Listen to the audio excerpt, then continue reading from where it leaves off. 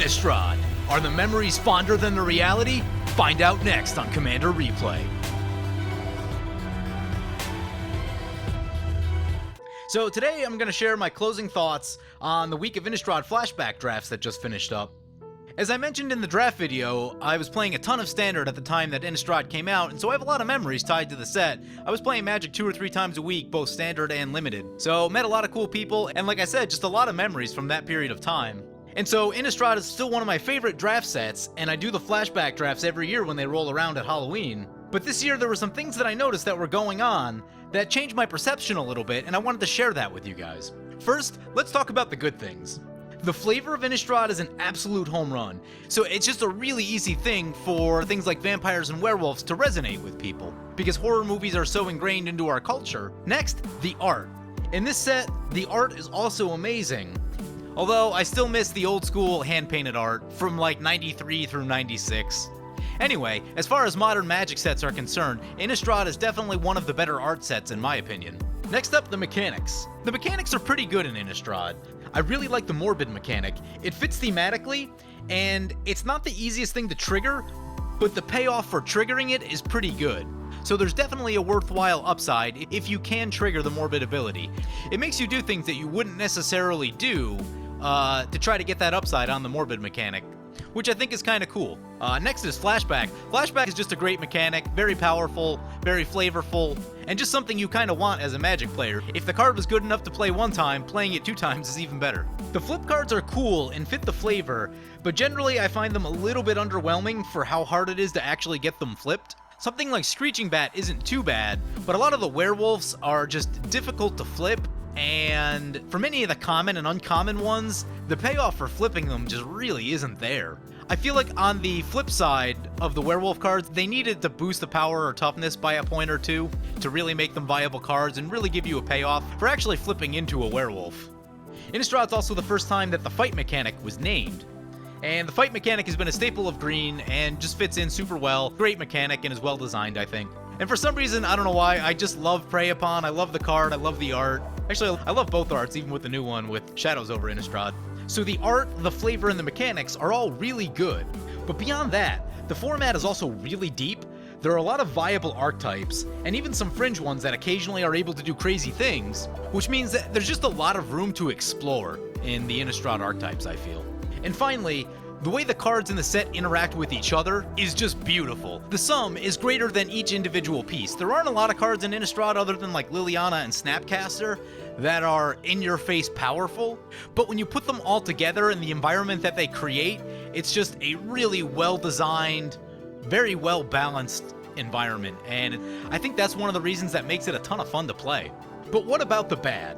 So, I did notice some bad things while I was playing that I had sort of forgotten with time, because I'm only able to draft Innistrad once a year, and for the most part, the bulk of my Innistrad drafting was now something like 6 years ago. So, the biggest problem that I have is the mana.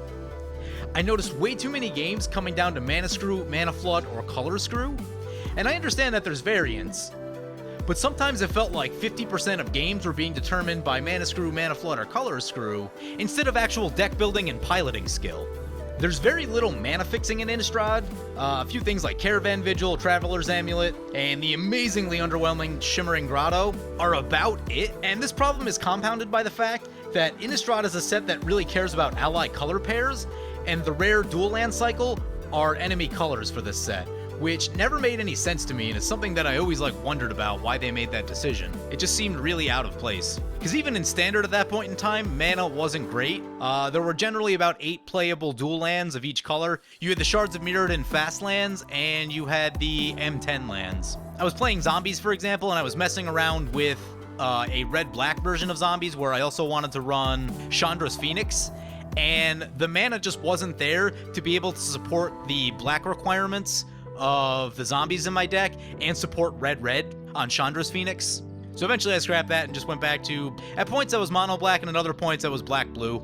Anyway, getting back to the lands, the thing that really jumped out at me is that when I drafted a really powerful deck, I noticed that I would get to the final match searching for the elusive 3-0 victory. When I got to the last match, it was basically like saying, okay, we both have good decks, whoever gets mana screwed least is gonna win this game. Sometimes that was not drawing lands at all, and then you mulligan, After the mulligan, you might keep a subpar hand where you probably have 3 lands, but 1 or 2 of them are off color from a double mana cost on something else. So you'd get into these awkward situations where you're still just not able to cast your cards timely when you want to. Or the other problem that came up a lot is just mana flood. Most of my decks I run about 16 lands in Innistrad, because when I run 17, I just hit that pack of lands where it's like 3, 4, 5 lands in a row, and the game slips away very quickly when that happens. But yeah, so it felt like almost 50% of games were coming down to who's getting mana screwed, who's getting color screwed, and the player who isn't is gonna win, and then once you jump that hurdle, the player who gets mana flooded is going to lose. That definitely raised my eyebrows a little bit,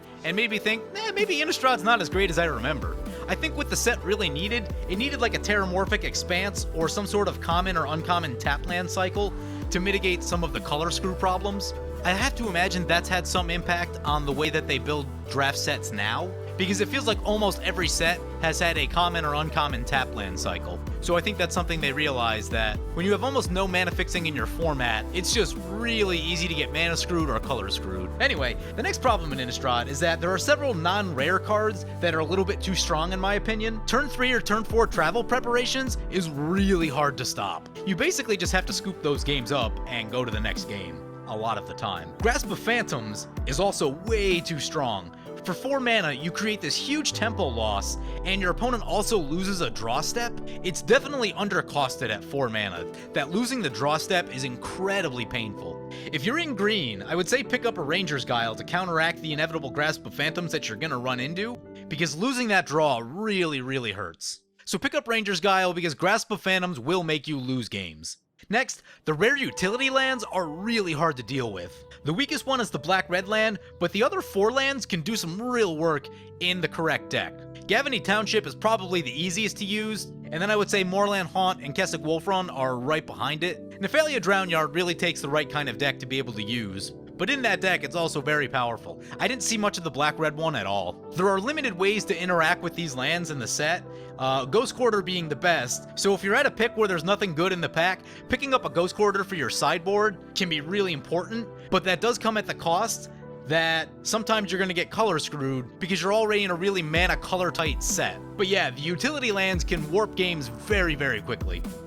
The next one is a smaller issue, but something that always bothered me a little. The cards with unsupported creature types like Riot Devil, Charmbreaker Devil, Pureblood Hound, and the non-werewolf wolves. I get that the Devil's theme fits into the set, but I would have much rather had Riot Devils be a vampire or a werewolf so that I could pick up on the tribal bonuses in the set.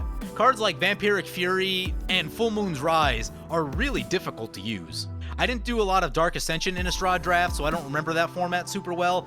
I feel like the tribal aspect is a little bit better though. There are more creatures for the supported creature types than there are in Triple Innistrad.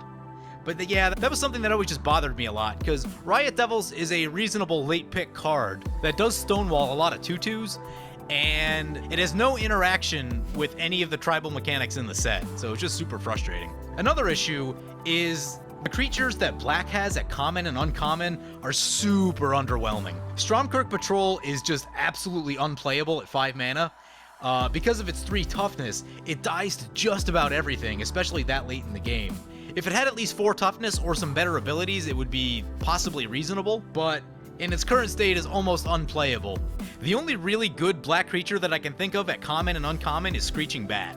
Everything else to me it feels really underwhelming and has some major weakness.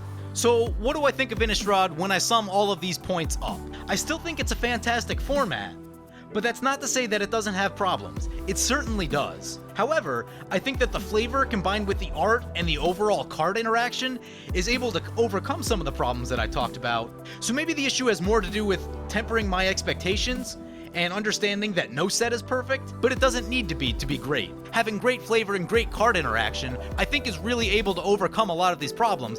Even though I noticed these problems, I was still enjoying myself. It wasn't like I was just grinding away, trying to get the elusive 3-0. I was just actively enjoying all of my picks and going to combat and, you know, having fun playing the game.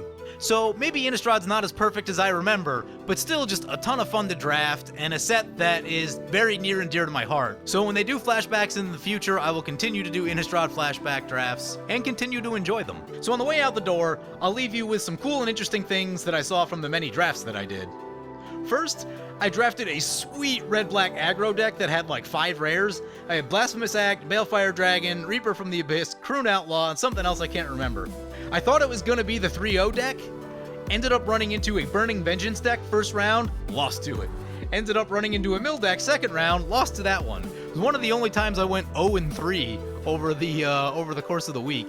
Next, I saw an interesting red-white Voltron deck. It was basically any creature with Furor of the Bitten and Inquisitor's Flail, and occasionally they would get a Cobbled Wings on there with some of the other equipments, and it's very glass cannony, but when it's good, it's really good. I can't remember if I ended up winning that match or not, but I do remember it being close. I also noticed that blue decks tend to do a lot of the same thing with Spectral Flight. Spectral Flight on a Delver of Secrets is something that I noticed to be really powerful. So some of them were also kind of using an all-in Voltron style of plan where you throw a bunch of stuff on one creature and just swing away. Next, I saw someone using 2 Parallel Lives and actually running Cellar Door. And I think this is the reason why Innistrad is such a great set, because even a card that like Cellar Door that just looks terrible still has a home somewhere, at least some of the time. I'm not saying it's something you want to be running often, but if you have multiple Parallel Lives, Cellar Door can be an okay card. And to that same point, there are other cards in the set that are similar. Ghoulcaller's Bell is absolutely useless for any creature deck, but if you're trying to mill yourself or your opponents, it can be a pretty solid pickup. And same thing with Curse of the Bloody Tome. And those are cards that, if people aren't drafting the mill archetype, are just going to be wide open, so you can pick up multiples of them pretty easily. Hell, even something like Maw of the Mire, which is awesomely bad, can still have a home sometimes if you need to get rid of a Kessig Wolfrun or a Moorland Haunt or something like that. I also noticed that Skob Ruinator was definitely underpicked. In a self-mill deck, Skob Ruinator is insane. Kill it as many times as you want, it just keeps coming back. Also noticed that Skob Goliath ended a lot of games. 6/9 Trample. Most of the time, your opponent just doesn't have enough power on the board to be able to kill the Goliath.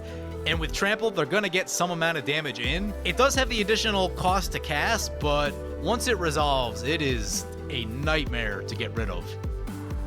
Had a funny game where I was playing against a spider spawning opponent, and I had drafted 2 Rolling Tremblers.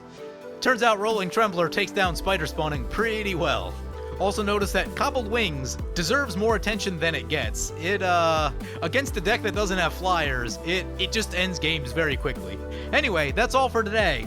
I can't wait for Innistrad Draft to roll around again next year. Even though it might not be as perfect as I remember, it's still a ton of fun. Anyway, thank you for watching.